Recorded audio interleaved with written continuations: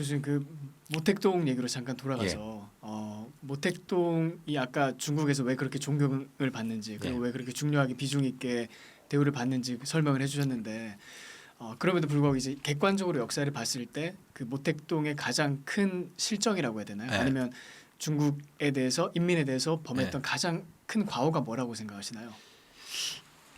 아까 이제 좋은 부분은 다 얘기를 해주셨으니까요. 뭐 이렇게 국가를 통일하고 흔히 사람들이 그 마오쩌둥을 평가하면서 이제 공은 7이고 관은 3이다 뭐 이런 식으로 얘기를 했다 그래요. 근데 실제로 이제 그 얘기를 한 사람이 덩샤오핑이라고 얘기를 하는데 그거는 아니었고 그 과정을 이렇게 보면은 덩샤오핑이 그 스탈린의 말을 인용을 하면서 이제 그런 얘기가 나온 건 있는데 그건 나중에 좀 와전된 거고. 그럼 이제 마오쩌둥의 과오가 뭐냐 이걸 이제 우리가 한번 짚어봅시다. 마오쩌둥은 기본적으로 사회주의 혁명을 통해 가지고 중국이 부강한 나라로 급부상할 수 있을 거라고 확신을 했어요. 예. 그리고 이 사람이 생각하기에 자본주의는 그 탐욕스러운 자본가들이 만들어낸 제도이기 때문에 절대로 성공할 수가 없고.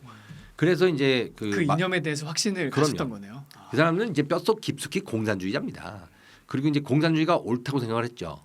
왜냐하면 자본주의는 탐욕이 만들어낸 사악한 제도이고 그 사악한 제도를 무너뜨리고 인민이 해방된 새로운 질서를 열고자 하는 사람들이 공산주의자들이라고 생각을 했으니까요.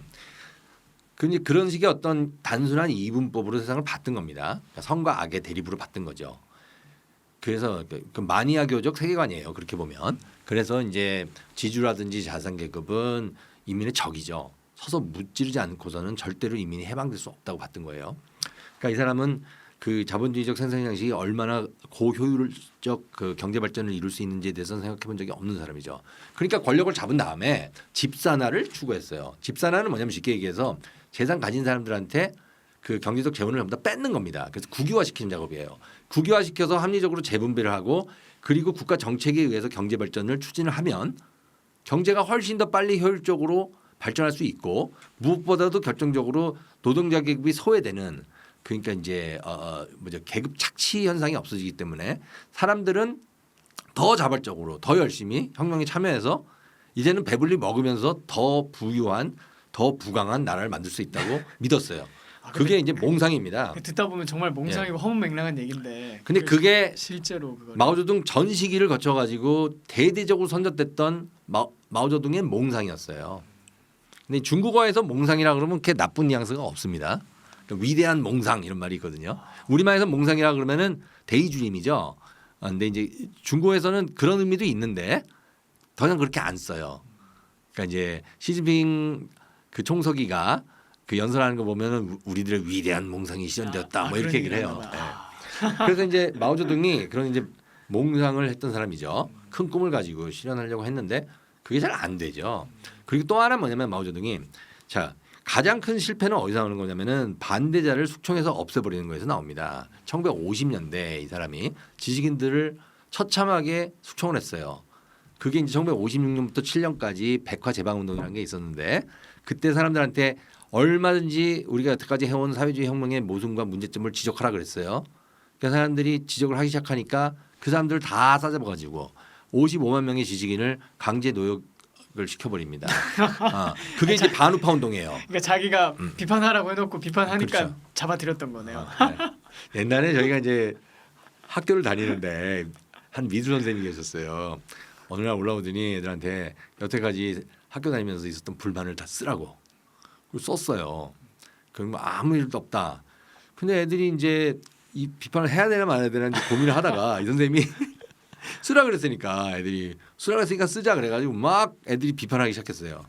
그래가지고 반장이 걷어가지고 갖다 줬더니 이 선생님이 격분해서 올라오셔가지고 우리 맞았거든요. 그 생각이 나더라고요. 근데 그게 뭐죠? 그 백화제방 운동이 반우파 운동으로 갑자기 급반전되면서 이 반우파 운동이란 건 여태까지 정부를 비판했던 그러니까 이제 숨어 있는 수정주의자들, 자산계급 후예들 그리고 반혁명분자들을 전부 다 이제 끌어낼 수 있는 절호의 찬스였다. 이러면서 이 사람들을 묶어가지고 그 노동 교화형에 처하죠. 그래가지고 20년씩 강제 노역을 하면서 늙어간 사람들이 많습니다. 근데 그렇게 되니까 비판을 할 수가 없죠. 비판할 수 없는 상태에서 마오쩌둥이 꿈을 더 크게 꾼 거예요. 이제는 한 번도 실시하지 않았던 정말 완벽한 집산화의 과정으로 간다. 그래서 이제 인민공사라는 조직을 만들고 적게는 2만 명에서 많게는 10만 명 단위의 인민 조직을 만든 거예요. 이게 군대 조직을 모형으로 만들었습니다. 그리고 이 사람들을 새벽부터 밤까지 일을 시키면서 그다음에 마을마다 무슨 이제 그 뒷마당 용광로라 그래가지고 용광로를 만들고 거기 불을 떼서 막 철광석을 이제 철광석을 집어넣어서 강철을 생산한다 그러는데 철광석이 부족하니까 옛날부터 내려오던 노쇠라든지 뭐 가마솥이라든지 막 집어넣어가지고 다 뗐는데 전부 고철이고 연료는 그렇게 써버리고 사람들은 굶주리고 매 맞다가 다 죽었죠. 그러니까 자기 집 뒷마당에서 그 재련을 했던 거네요. 막 그렇죠. 철을 만들려고. 예. 근데 그거랑 우리나라가 1960, 70년대 그 성공했던 포항 제철을 한번 비교해 보십시오. 그러니까 대한민국에서는 제철업이 완전히 성행하고 성공을 했는데 마오쩌둥은 자기가 생각한 그 몽상적인 방법으로 중국 특유의 어떤 재련소를 만들려다 완전히 실패를 한 거죠. 근데 그것뿐만 아니라 그래서 그 결과가 대약진 운동이라는 1958년부터 시작됐던 이제 국민 총동원 노선이에요. 그랬는데 그게 인류사 최악의 대기근으로 귀결이 됐죠. 그때 한 얼마쯤 죽었나요, 사람들이? 얘기가 분분한데 중국 정부는 2천만까지 인정을 해요. 공식적으로 네. 인정하는 게요. 그리고 전통적으로는 한 3천만 죽었다고 얘기를 해왔습니다. 그런데 그것만 해도 엄청나네요. 3천만이면. 3천만이면 인구의 5%가 넘는 거죠. 그런데 그 홍콩 대학의 디케터 교수라고 있어요. 이 사람이 이제 가가지고 중국의 그 지방 그 기록 보관소들을 방문해가지고 샘플링을 해서 본 거예요. 그래서 그분의 계산에 의하면 4,500만이에요. 근데 중국학자 중에 양지성이라고 있습니다. 이분은 실제로 자기 아버지께서 그 대약진 운동 때 기근으로 죽었던 사람이에요. 그래서 그 트라우마를 안고 살아가다가 기자가 돼서 이 정부 문서를 보면서 이 실상을 알게 된 거예요. 그래서 한평생 추적을 해가지고 그 묘지명이라는 책을 썼습니다. 영어로도 번역이 됐어요. 툼스톤이라고. 거기 보면 이 사람은 그러니까 기근 때문에 태어나지 못했던 아이들. 그러니까 뭐냐면 정상 상황이었으면 태어나야 되는데 태어나지 못했던 인구까지 치면 희생자 수를 7천만까지 봐야 된다고 얘기를 하죠. 현실적으로. 예. 그래서 마오쩌둥이 완벽하게 실패를 했고 실패 책임을 지고 일단 물러났습니다. 그게 1962년 1월인데요. 7천인 대회란 걸 열었어요. 전국에 있는 주요 간부들이 7천 명이 모여가지고 이 사람들이 이제 그 대약진 운동의 실패를 인정을 한 거예요. 그때 마오쩌둥이 마이크를 잡고 했던 말이 이 운동은 실패했다. 자기가 인정을 한 거예요. 실패의 책임은 중국 공산당에 있는데 더 구체적으로 책임자를 지목하려면 바로 나다. 그리고 행정의 일선에서 물러나고 두 명이 올라가죠. 하나는 유속이고 하나는 덩샤오핑이에요. 그때 등소평이 예. 이제 1962년에 덩샤오핑이 그렇게 가서 이제 그 행정의 조타수가 돼가지고 실패한 경제 정책을 다시 성공으로 되돌리려고 노력하기 시작했습니다. 이걸 이제 신경제 정책이라고 하기도 하고 농업우선 정책이라고 얘기도 하는데 그 농업우선 정책은 뭐냐면 인민들이 자발적으로 식량을 생산해서 배불리 먹을 수 있는 조건을 갖춰주는 거예요. 그러니까 경제적 인센티브를 주기도 하고 그러니까 이제 나중에 마오쩌둥이 이걸 수정주의자들이라고 이제 부를 수 있는 근거가 거기 있었죠. 근데 어쨌든 그때 덩샤오핑이 했던 유명한 말이 검은 고양이든 흰 고양이든 쥐만 잘 잡으면 된다. 그 1962년입니다. 그때 그 얘기를 했던 거예요. 자기가 본격적으로 권력을 잡고 한 게 아니고요. 그때 이제 62년도에 신농업 정책을 할 때 그 말을 했고 실용주의 노선을 들고 나와서 마오쩌둥이 망쳐놓은 중국 경제를 되살리기 위해서 노력을 했고 한 4년의 세월을 통해 가지고 연 9%의 성장을 이뤘어요 실제로. 그러니까 갑자기 사람들의 경제 생활이 좀 윤택해지면서 그 어떤 그 경제적 기근 상태에서는 벗어났습니다 사람들이. 그러니까 마오쩌둥으로서는 자기 정책의 실패를 자기가 봐야 되고 이 사람들이 새로운 실용적 정책으로 경제 성장을 이루는 현실을 좀 인정할 수밖에 없는 상황에 갔죠. 그때 이 사람이 다시 이념적 순수성을 들고 나온 겁니다. 그게 바로 문화혁명이에요. 1966년부터 두 명을 아주 구체적인 공적으로 지목을 해가지고 문화혁명이 일어났는데 하나는 대약진 운동하고 문화혁명이 그렇게 연결이 되는 거네요. 대약진 운동이 없었다면 문화혁명도 없었습니다. 예.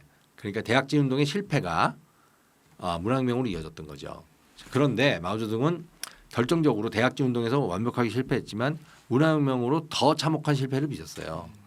문화혁명이 언제까지 지속이 되냐면 공식적으로 마오쩌둥이 죽은 게 76년 9월 9일이거든요. 근데 그때 죽고 나서도 안 끝났습니다. 언제 공식적으로 나냐면 한 달이 채 못 되는 10월 4일이에요. 그때 마오쩌둥 밑에서 문화혁명에서 가장 중요한 선동 부대로서 맨 앞장에 서 있었던 4인방이 있었어요. 4인방이 체포당하거든요. 근데 보십시오. 중국 정부가 어떻게 마오쩌둥이 죽고 한 달도 못 된 상태에서 마오쩌둥의 총애를 받았던 그 4인방을 체포할 수가 있겠습니까? 그것은 마오쩌둥 노선에 대한 정치적 사망 선고를 한 거예요. 이건 안 된다. 그래서 그 4인방을 잡고 그리고 나서 한 2년 동안의 준비기를 거쳐가지고 개혁개방으로 간 겁니다. 예. 그러니까 그러면 아까 우리가 이 얘기를 왜 하고 있냐면 마오쩌둥의 공이 뭐냐 이걸 논하고 있는 거예요. 저는 눈 씻고 찾아도 마오쩌둥 공이 뭔지 모르겠어요. 그 이제 뭐 사람들이 흔히 마오쩌둥이 뭐 대단한 공이 있다 그러면서 하는 말이 한국 사람들이 입버릇처럼 하는 말이 뭐냐면은 기근을 해결했다 그랬어요. 기근을 언제 해결했습니까? 기근을 발생시킨 주범이죠. 그렇죠. 지금 현재 보면 네. 대약진 운동하고 또 문화혁명 이게 네. 다 기근은 그냥 일어나는 게 아니에요. 기근은 일종의 행정착오에 의한 정치적 범죄입니다. 왜 그러냐면 우크라이나의 홀로도모 같은 거 그럼요. 홀로도모도 마찬가지고 그게 그때 중국이 가지고 있었던 그 식량의 총량을 보면 모두가 배불리 먹고 살 수 있어요, 사실. 그런데 거기에 이제 정부가 개입을 해가지고 잘못된 정책을 쓰다 보니까 그러니까 지방 정부가 계속 이제 생산량을 올려서 우리가 이만큼 생산했다 이러고 거짓말을 치니까 그쪽으로 식량이 안 가는 겁니다. 근데 그것뿐만 아니라 단순히 식량 부족에서 나오는 게 아니라 이게 이제 어떤 정치적 억압에서 나와요. 그러니까 기근이 발생을 하려면 여러 가지가 맞아야 됩니다. 그러니까 이제 식량도 부족해야 되지만 그런 이제 간부가 인민들을 괴롭히고 동원해가지고 때리고 구타하고 하는 이게 또 있어야 돼요. 그리고 이 사람이 만든 이제 그게 이제 그래서 사회사가 필요한 건데 사람들이 어떻게 실질적으로 기근을 겪었냐를 보려면 그 아까 제가 말씀드렸던 그 디케터 교수가 쓴 그 뭐죠 마오's Great Famine, 마오's Great Famine 그 책을 보든지 아니면 슬픈 중국에도 제가 써놨으니까 그 책을 보면 사회사가 나오는데 그 사회사라는 게 뭐냐면 사람들이 왜 굶을 수밖에 없는지를 실제 체험에 근거해서 재구성해 놓은 거예요. 이게 보면 사람들을 이제 2만 명 단위로 아니면 많게는 10만 명 단위의 작은 도시로 조직을 해가지고 군 조직처럼 만듭니다. 그러면 사람들이 가지고 있었던 그 작은 텃밭이라든지 집집마다 있었던 아궁이, 부엌 이런 게 없어지는 거예요. 그러니까 공동 생활을 하게 되는 예. 거네요. 식량 예. 생산에 있어서도 중국 사람들이 수천 년 동안 생존해온 비법이 있었습니다. 전부 다. 그러니까 어느 집이든지 아무리 허름해도 부엌이 있고 부엌에 불을 떼면 그게 온기가 전해지고 사람들이 이제 자기 체온을 유지할 수 있게 되고 또 그런 다음에 이제 집 옆에 보면 텃밭이 있으니까 구황 작물을 심고 뭐 이럴 수가 있는데 그렇게 살아온 농민들을 갑자기 군조직처럼 조직을 해가지고 정부가 명령을 하달해서 이 사람들을 조직적인 노동에 내몹니다. 이렇게 되면 뭐 그런 걸 할 시간이 없어지죠. 그리고 이제 집안에서 밥을 못 먹으니까 뭐 온기도 없잖아요 집에. 그러니까 이게 그러니까 그 난방이 없어지는 겁니다 집에. 그리고 또 이 사람들이 전통 가옥을 갖다 전부 다 무너뜨린 상태에서 군대 막사 같은 걸 지어가지고 그쪽으로 몰아 넣어요. 거기다 애들은 타가소로 보내죠.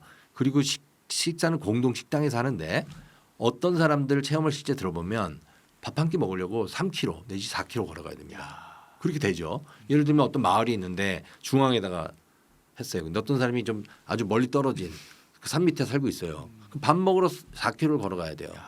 그러니까 이런 식의 예측도 못했던 여러 가지 변수들이 막 터져 나오는 겁니다. 그걸 어떻게 정부가 관리할 수 있겠어요? 그러니까 전통적 삶의 양식은 무너지고 그 상태에서 강제 노역에 시달린 사람들이 기근으로 간 거죠.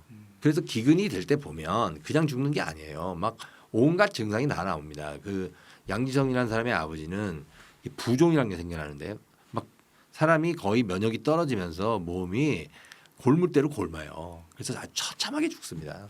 근데 그걸 다 봤죠 중국 사람들이.